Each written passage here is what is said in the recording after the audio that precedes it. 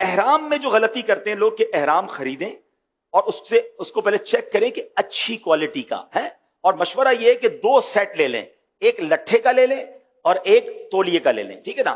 یعنی آپ اگر ایک سیٹ تولیہ کا لیں گے تو دو تولیے کی چادر ہو جائیں گی آپ کے پاس، دو لٹھے کا لیں گے تو دو اس کی ہو جائیں گی، تو آپ اس کو مکس اینڈ میچ کر لیں گے، یعنی اس طرح سیٹ بنا لیں گے تو دو سیٹ بن جائیں گے۔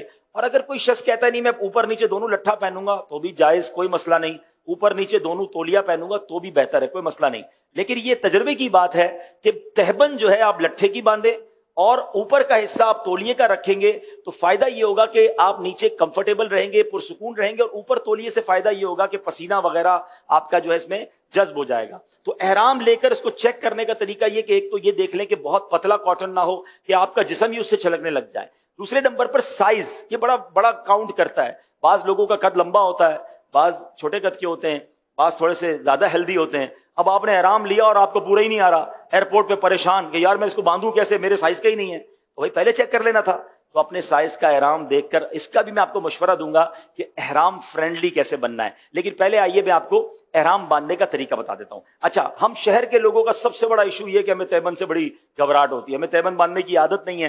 گاؤں گوٹ کے لوگ تو گھر میں بھی تہبند باندھ رہے ہوتے ہیں، ان کو احرام کو پرابلم ہی کوئی نہیں ہوتا۔ تو تہبند سے اگر آپ کو عادت ہو گئی نا تو آپ احرام فرینڈلی ہو جاؤ گے۔ سب سے بڑا ایشو ہم لوگوں کا، شہر والوں کا، وہ یہ کہ ہم تہبند کیسے باندھیں، تہبند کنٹرول کرنے میں ان کا جو ہے ٹینشن رہتی ہے۔ تو ایک بار صحیح طریقے سے آپ یہ احرام کا جو نیچے والا حصہ باندھنے کا ہے، تہبند باندھنے کا طریقہ سیکھ لو، آپ کا حج آسان ہو جائے گا۔ حج قران کرنا ہے نا تب بھی ہو جائے گا، لیکن جب احرام صحیح باندھنا ہو، اب احرام ہی سنبھالتے رہو گے تو دل ہوگا یار کب اترے گا احرام۔ مجھے بڑا بعض اوقات تو عجیب لگتا ہے، لوگ بار بار یہ پوچھتے احرام اترے گا کب؟ میں نے کہا پہلے روتے تھے احرام پہنوں گا کب ہے، یا اللہ موقع دے میں احرام پہنوں، جیسے ہی احرام پہنا اب ٹینشن یہ اترے گا کب؟ ارے بھائی ریلیکس رہو، جلدی کس بات کی ہے؟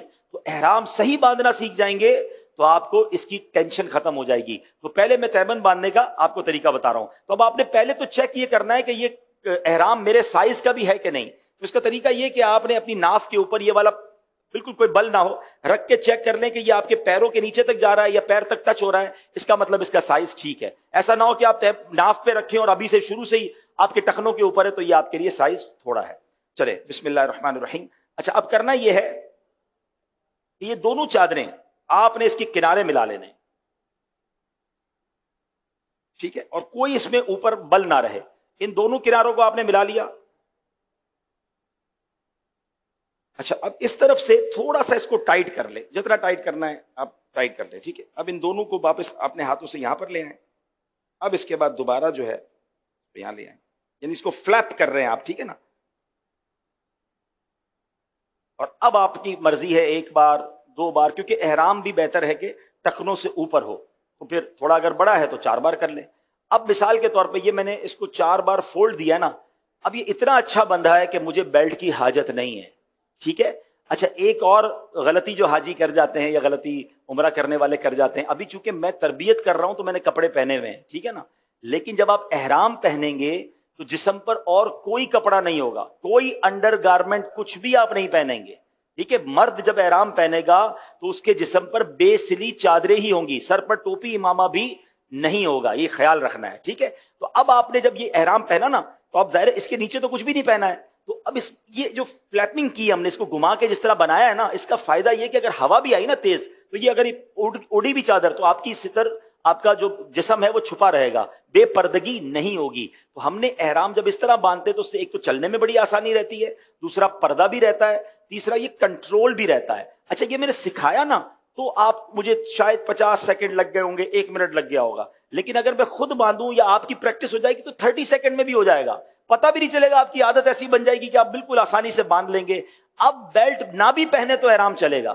اچھا، کچھ حاجی غلطی کیا کرتے ہیں، کیونکہ گھر میں تولیہ باندھنے کی عادت ہے نہانے کے بعد کچھ لوگوں کی، تو وہ احرام تولیے کی طرح باندھ لیتے ہیں، اب یوں باندھ رہے ہوتے ہیں۔ جب اب یوں احرام باندھ لو گے تو آپ تو اپنے آپ کو قید کر بیٹھے، اب تو آپ زیادہ چل بھی نہیں سکو گے اور پھر سنبھالتے رہو اس کو۔ تو یہ اس طرح نہ باندھیں، باندھنا تو ٹھیک ہے ہو جائے گا باندھنا، لیکن آپ ٹینشن میں رہو گے۔ اب میں دوبارہ آسان طریقے سے، اب تھوڑا میں سپیڈ میں کروں گا تاکہ آپ کو اندازہ ہو کہ اس میں ذرا بھی دیر نہیں لگتی، ذرا سا بھی لوز ہو دوبارہ واش روم میں جائیں، دوبارہ اس کو سیٹ کر لیں، کوئی مسئلہ نہیں ہے۔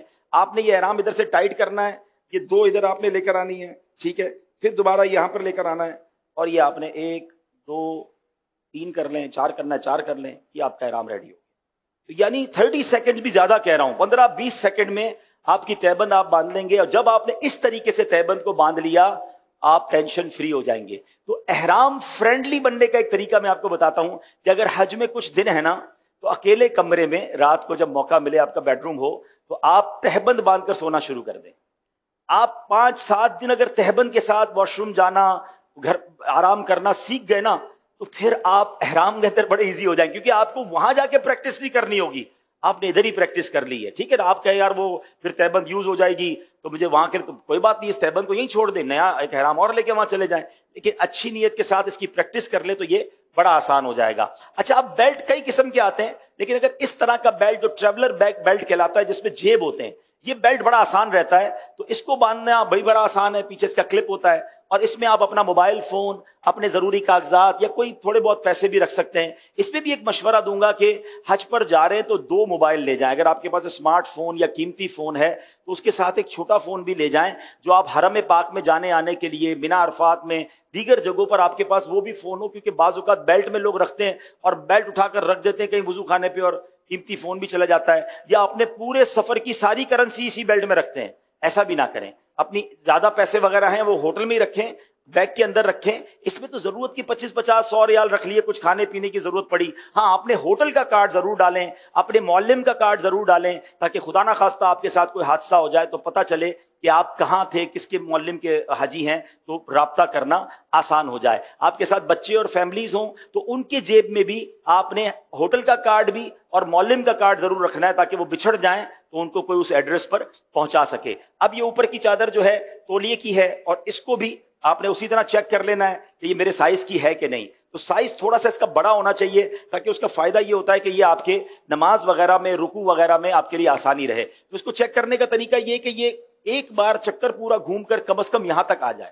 تو یہ جو چادر ہے یہ میرے لیے ٹھیک ہے، میری سائز کے لیے اوکے ہے کہ یہاں تک گھوم کے آ گئی ہے. تو اب جب یہاں تک آ گئی ہے نا، تو اب یہ میں جب رکوع کروں گا نا تو یہ گرے گا نہیں. ورنہ نارملی کیا ہوتا ہے کہ اگر احرام یہی ختم ہو گیا تو جتنی بار آپ نماز پڑھیں گے وہ نیچے آتا رہے گا، پھر آپ اوپر کرتے رہیں گے تو تھوڑا سا کنفیوژن بھی رہتی ہے. تو بہتر یہ کہ احرام اتنا ہو کہ یہاں سے پورا چکر گھوم کر آپ کے یہ والے کاندھے پر یہ دوبارہ آ جائے، تو اب آپ بڑے سکون سے انشاءاللہ احرام پہن لیں گے. تو یہ ہم نے احرام پہن لیا.